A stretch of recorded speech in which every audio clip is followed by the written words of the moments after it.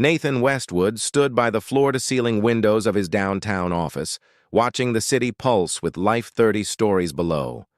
At 34, he had everything most people dreamed of: a thriving hotel empire spanning 12 countries, a penthouse that graced architecture magazines, and enough wealth to last several lifetimes. Yet none of it truly belonged to him. Not yet.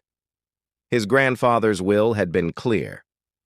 To inherit full control of the Westwood Hotel Group, Nathan needed to be married before his 35th birthday, which was now just 3 months away. The old man had believed that family values and stability were the foundation of lasting business success. Nathan had argued, negotiated, and even considered legal challenges, but the will was ironclad. Without a wife, everything would pass to his cousin, a man who would undoubtedly run the company into the ground within a year. The problem was simple. Nathan had no interest in love. His last relationship had ended 2 years ago when he discovered his girlfriend had been leaking company secrets to competitors. Since then, he had buried himself in work, building walls around his heart that seemed impossible to break down. But now those walls were threatening to cost him everything he had worked for.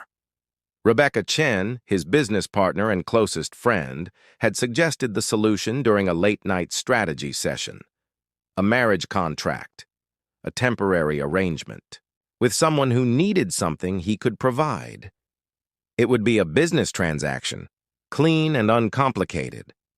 After a year, they would quietly divorce, and both would walk away with what they needed. Nathan had initially dismissed the idea as absurd, but as his birthday approached and desperation set in, it started to make a twisted kind of sense. Claire Donovan had never imagined her life would lead to this moment. She sat in the elegant waiting room of Morrison Legal Associates, her hands clasped tightly in her lap, trying to calm her racing heart. The leather chair beneath her probably cost more than she earned in 3 months of teaching art at the community center. Everything about this place screamed wealth and power, making her feel small and out of place. 3 weeks ago, her world had shattered when doctors delivered the diagnosis. Her sister Grace had a rare autoimmune disease that was attacking her organs. The treatment was experimental and eye-wateringly expensive. Insurance covered almost nothing. Claire had exhausted every option: selling her car, taking out loans, even setting up online fundraising campaigns that barely made a dent in the massive sum needed. She had been preparing to sell their childhood home when the lawyer's letter arrived. The offer seemed too extraordinary to be real. Marry Nathan Westwood for 1 year. Maintain the appearance of a committed relationship. In exchange, all her sister's medical expenses would be covered, plus a sum of money that would ensure Grace's future care. Claire had researched Nathan extensively, finding articles about his business success but little about his personal life. He seemed cold and distant in photographs, but desperation had a way of making impossible choices feel necessary. Henry Morrison, the family lawyer, entered the room carrying a stack of documents. He was an older gentleman with kind eyes that seemed at odds with the clinical nature of his profession. He explained the contract in detail, while Claire tried to absorb every word. 1 year of marriage, public appearances as needed, separate bedrooms, no romantic expectations, complete confidentiality. After 12 months, a quiet divorce, and both parties would return to their previous lives. Nathan arrived 15 minutes later, and Claire's breath caught when she first saw him. He was taller than she expected, with dark hair touched with gray, at the temples and eyes that seemed to analyze everything they encountered. He wore his expensive suit with casual ease, and when he shook her hand, his grip was firm but impersonal. This was a man who had learned to keep everyone at arm's length. They sat across from each other at the conference table, while Henry reviewed the final terms. Nathan barely looked at Claire, his attention focused on the documents as if she were just another business contract to be executed. She felt a strange mix of relief and sadness at his indifference. This would be easier if there were no emotions involved, but it also felt hollow and lonely. When Henry asked if they had any questions, Claire found her voice. Her words came out softer than she intended, but she needed to know. She asked Nathan why he was doing this, why he would choose a contract over finding real love. Nathan's expression remained neutral as he explained about his grandfather's will and the inheritance requirements. His tone suggested he was discussing quarterly earnings, rather than marriage. Love, he said flatly, was a luxury he could not afford and did not particularly want. Claire understood more than he probably realized. She too had learned that life rarely offered fairy tale endings. Her own romantic history consisted of one failed relationship with a man who had left when things got difficult with her sister's health. She had learned that people often disappointed you when you needed them most. This arrangement was honest in its dishonesty. At least they both knew exactly what they were getting into. The signing took less than 10 minutes. Claire's hand trembled as she wrote her name on each page, feeling as though she were signing away some essential part of herself. Nathan signed with practiced efficiency, his signature a quick slash of ink that somehow perfectly captured his personality.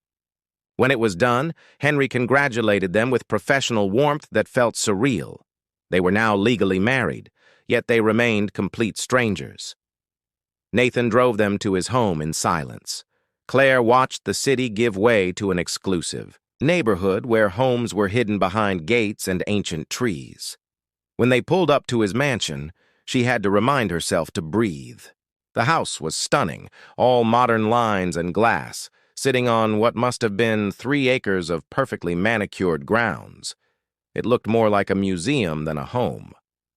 Inside, Nathan gave her a brief tour, his voice detached as he pointed out various rooms. The house was beautiful but cold, filled with expensive furniture that looked rarely used. He showed her to her bedroom, a spacious suite with its own bathroom and sitting area. The bed was large enough for 3 people, covered in crisp white linens that probably had a thread count she could not even imagine. He told her staff would help her settle in and that dinner would be served at 7 if she was hungry.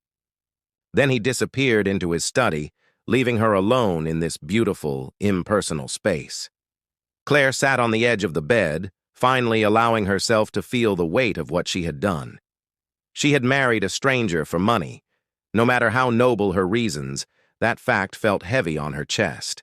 She thought about Grace, probably watching television in their tiny apartment, unaware of the sacrifice Claire had just made. Everything she was doing was for Grace, to give her sister a chance at life. That had to be enough to justify this strange arrangement. That night, dinner was a quiet, awkward affair. They sat at opposite ends of a dining table that could easily seat 12 people. Nathan ate efficiently while reading something on his tablet. Claire picked at her food, too nervous to have much appetite. When she tried to make conversation, asking about his work, his answers were brief and polite, but offered no real connection. It was like dining with a well-mannered robot. After dinner, Nathan reminded her that they had their first public appearance in 3 days, a charity gala where his presence was expected. He would have appropriate clothing delivered for her, and someone would brief her on what to expect. His tone made it clear this was an obligation, not an opportunity. Claire nodded, feeling like an employee receiving instructions rather than a wife being included in her husband's life. As Claire lay in bed that first night, staring at the unfamiliar ceiling of her new bedroom, she wondered what she had truly gotten herself into. The house was silent except for the faint hum of expensive climate control systems. Somewhere in this vast space, Nathan was probably still working, treating this entire situation as just another business deal to manage. They were married, living under the same roof, but the distance between them felt like an ocean. This was going to be the longest year of her life. The first 2 weeks of their arrangement passed in a strange rhythm of proximity and distance. Claire learned the patterns of the house, discovering that Nathan left for his office before 7 each morning and rarely returned before 8 in the evening. They shared occasional dinners where conversation remained polite and surface level, discussing weather and news, but never anything personal. Claire felt like a guest in a luxury hotel, comfortable but temporary. What Nathan did not know was that Claire left the house almost every afternoon. She told the household staff she enjoyed walking and exploring the neighborhood, which was partially true. But her real destination was always the same, the medical center across town where Grace was receiving treatment. Claire would sit beside her sister's bed, holding her hand, reading to her, and pretending that everything was going to be fine. Grace knew about the marriage arrangement and had initially protested, but Claire had convinced her that it was temporary and necessary. Still, keeping the secret from Nathan felt like carrying a weight that grew heavier each day. During the third week, something shifted. Nathan came home early one afternoon to retrieve files he had forgotten and found Claire in his private study, standing before his drafting table. She had not meant to intrude, but the door had been open, and she had been drawn in by the beautiful architectural drawings scattered across the workspace. She was studying a sketch of a hotel design when Nathan's voice startled her from behind. His initial reaction was defensive, his jaw tightening as he asked what she was doing in his private space. Claire apologized quickly, explaining that she had not meant to snoop but had been captivated by his drawings. She pointed to the sketch, her voice gaining confidence as she described how the curved lines created a sense of flow and welcome, how the design balanced functionality with beauty.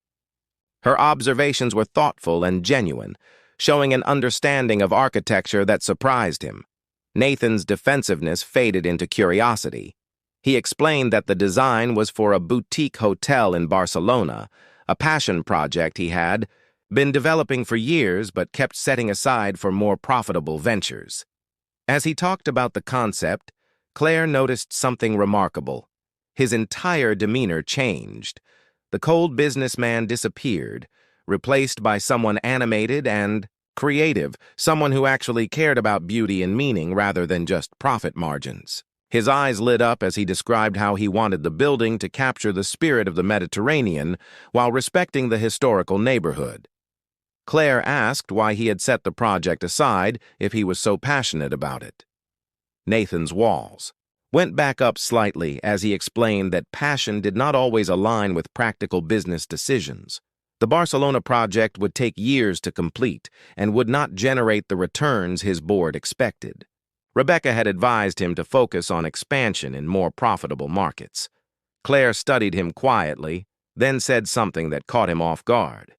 She suggested that maybe some things were worth doing simply because they mattered, not because they generated the highest profits. Her words lingered in Nathan's mind long after she left the study.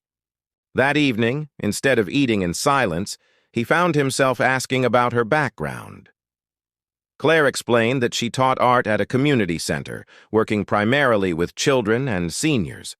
She talked about how creativity could heal and transform people, how she had seen withdrawn children blossom when given permission to express themselves through painting. Nathan listened more carefully than he had listened to anyone in months, noticing the passion in her voice that mirrored what he felt about architecture.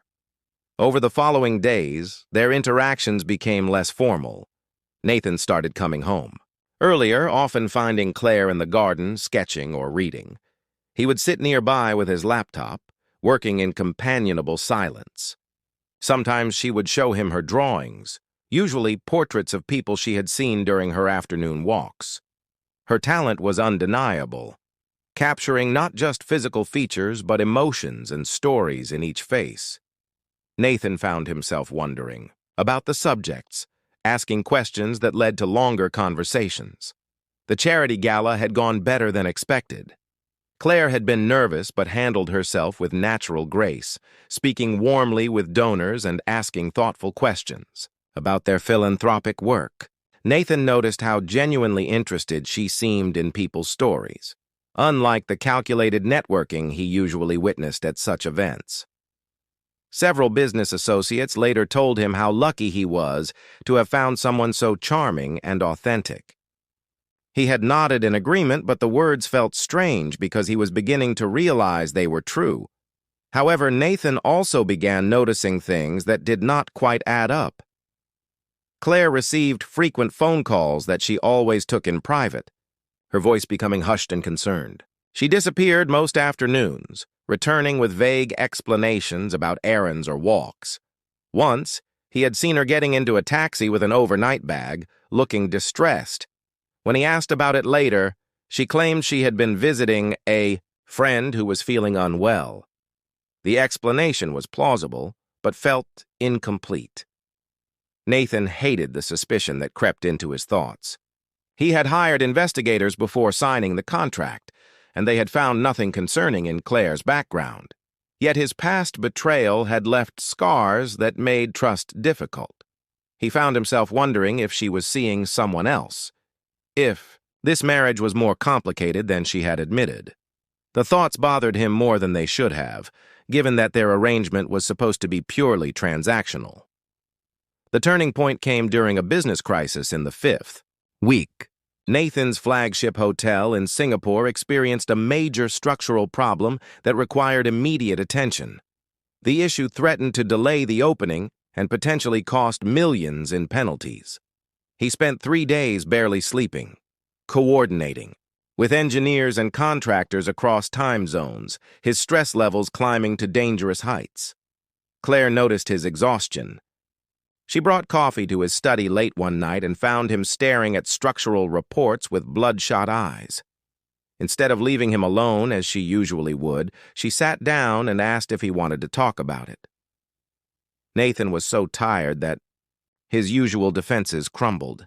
He explained the situation, his voice heavy with frustration and worry. This hotel was supposed to be his masterpiece, proof that he could build something meaningful while still being profitable. Now it felt like everything was falling apart.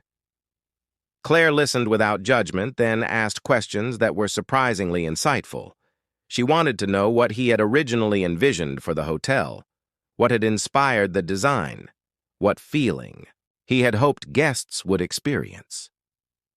As Nathan talked about his vision, he began to see the problem from a different angle. The structural issue was occurring because contractors had taken shortcuts to meet deadlines, compromising the integrity of his original design. He had been so focused on fixing the immediate problem that he had forgotten why the building mattered in the first place. Claire's simple observation changed everything. She suggested that maybe this crisis was an opportunity to get the project back on track with his original vision, even if it meant delays and difficult conversations with investors. Quality and integrity, she reminded him, were worth fighting for. Nathan looked at her with new eyes, seeing not just the woman he had hired to fulfill a contract requirement, but someone who understood him in ways he had not expected. That night, something shifted between them. After Claire returned to her room, Nathan sat alone in his study, thinking about their conversation. She had not offered solutions or tried to fix his problems. She had simply listened and helped him reconnect with what mattered most. It was the kind of support he had not realized he needed, the kind he had convinced himself he could live without.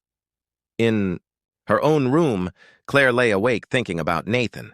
She had seen past his cold exterior to the passionate, creative person underneath. He was not the heartless businessman she had initially assumed.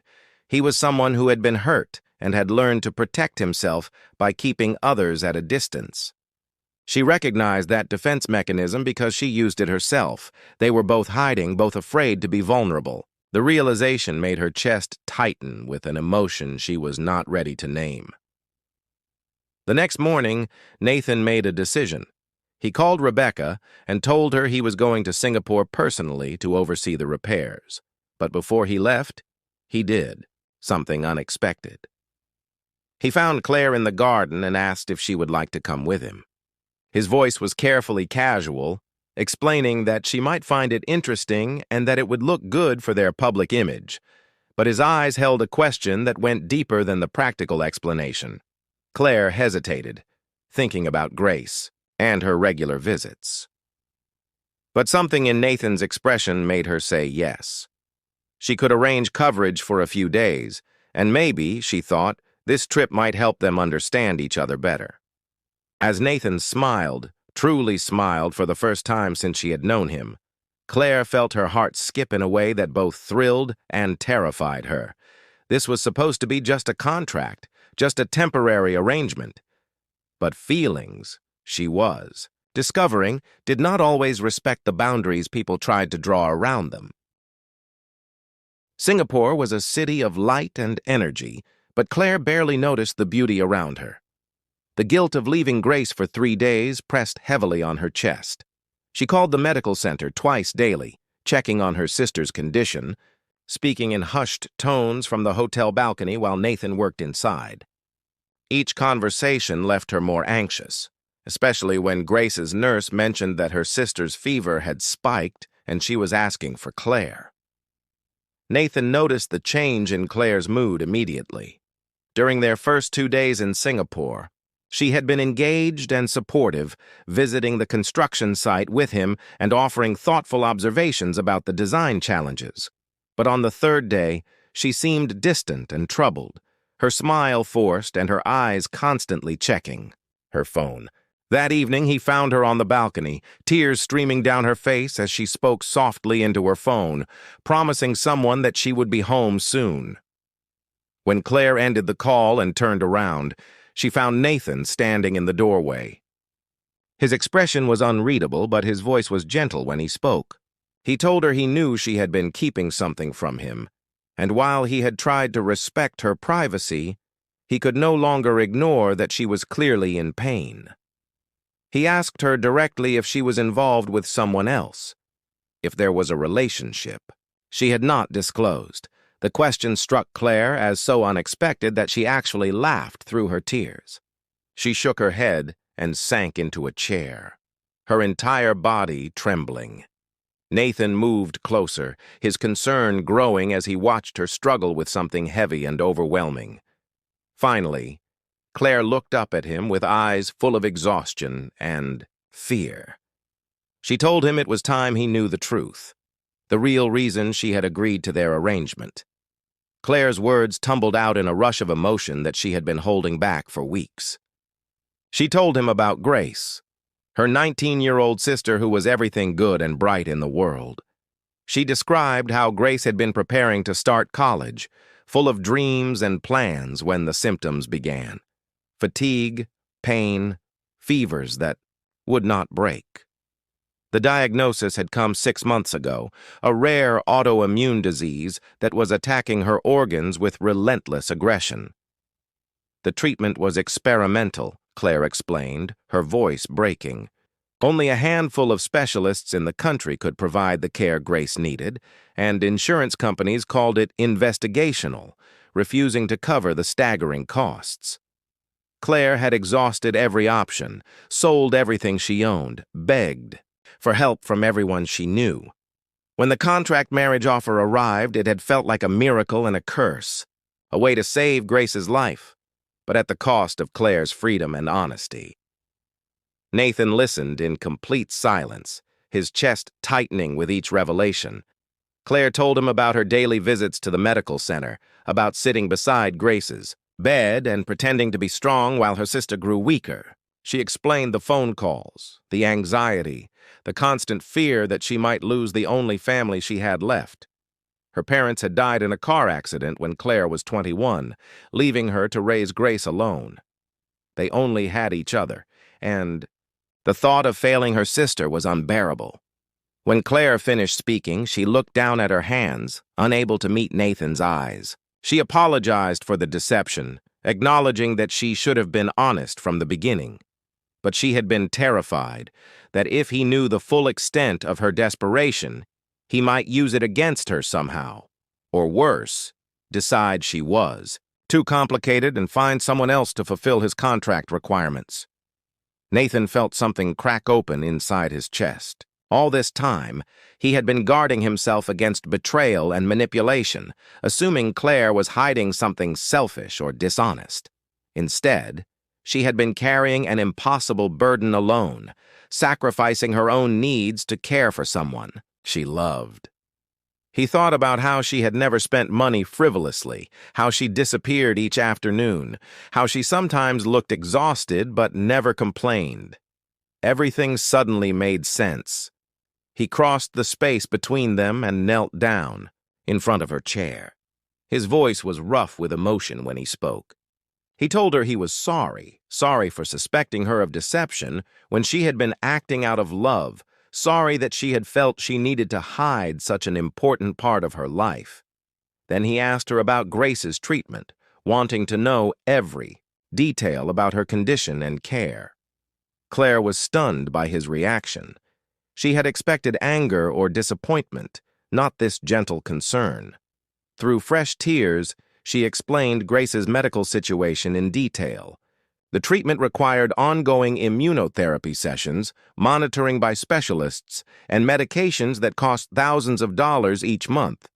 Even with the money from their contract, Claire worried constantly about what would happen after their year was up, whether she could maintain the level of care Grace needed.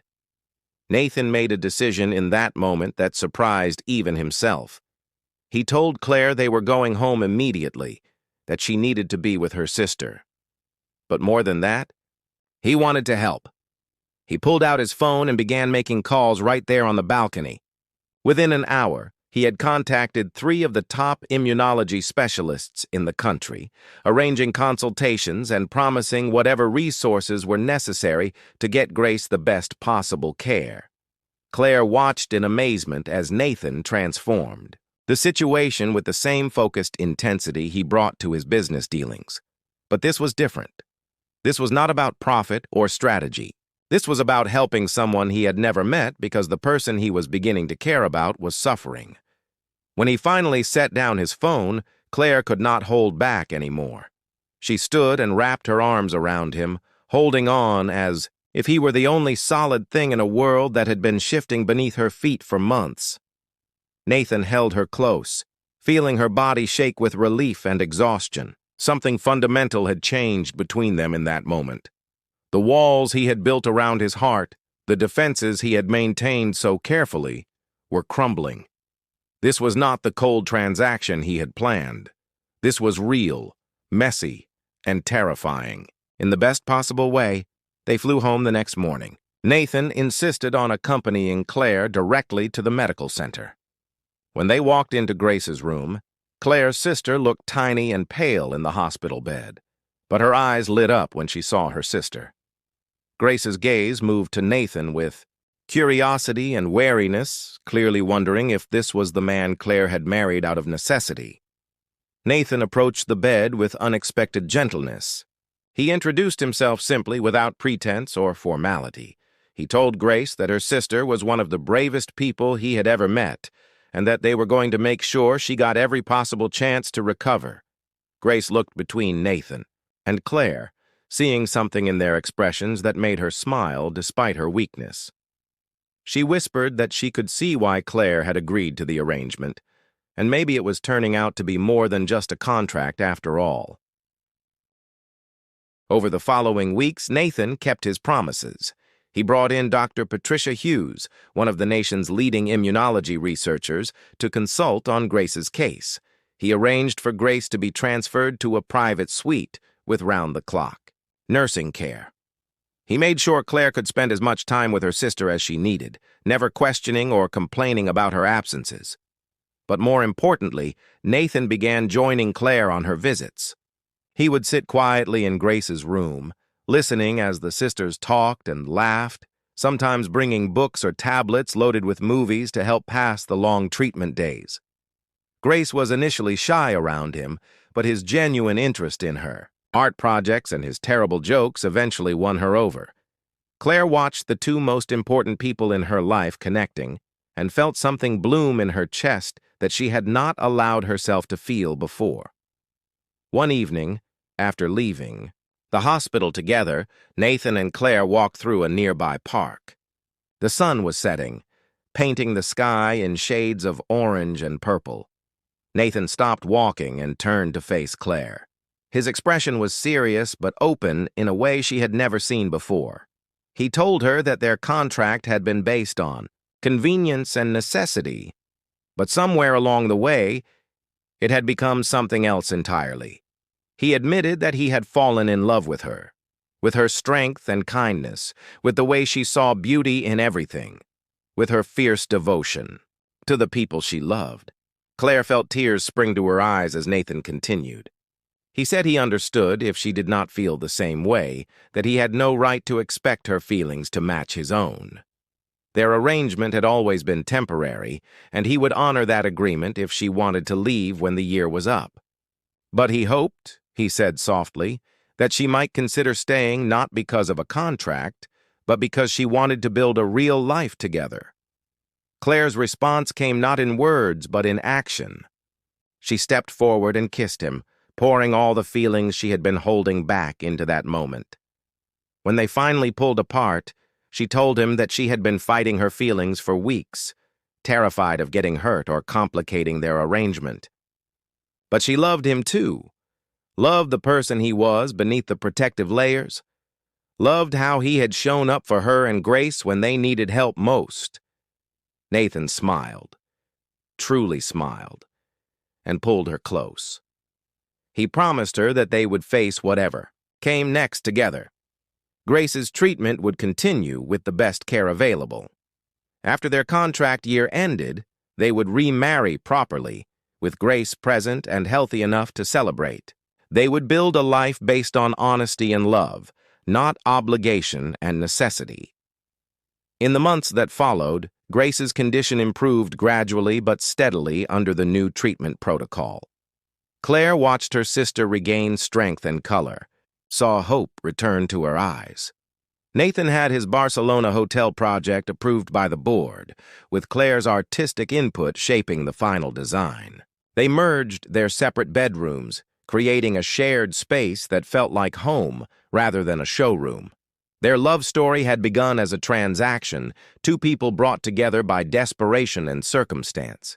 But it had become something neither had expected, a genuine partnership built on trust, sacrifice, and the courage to let down their walls.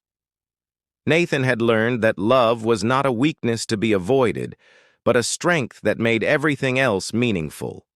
Claire had discovered that accepting help was not failure, but wisdom, and that real love showed up in the hardest moments. The contract that had bound them together for practical reasons became irrelevant, replaced by vows spoken freely and meant deeply. They had both entered the arrangement believing they were protecting themselves from pain. Instead, they had found healing, purpose, and a love that transformed everything. Their story proved that sometimes the most unexpected paths lead to exactly where hearts need to be. The end.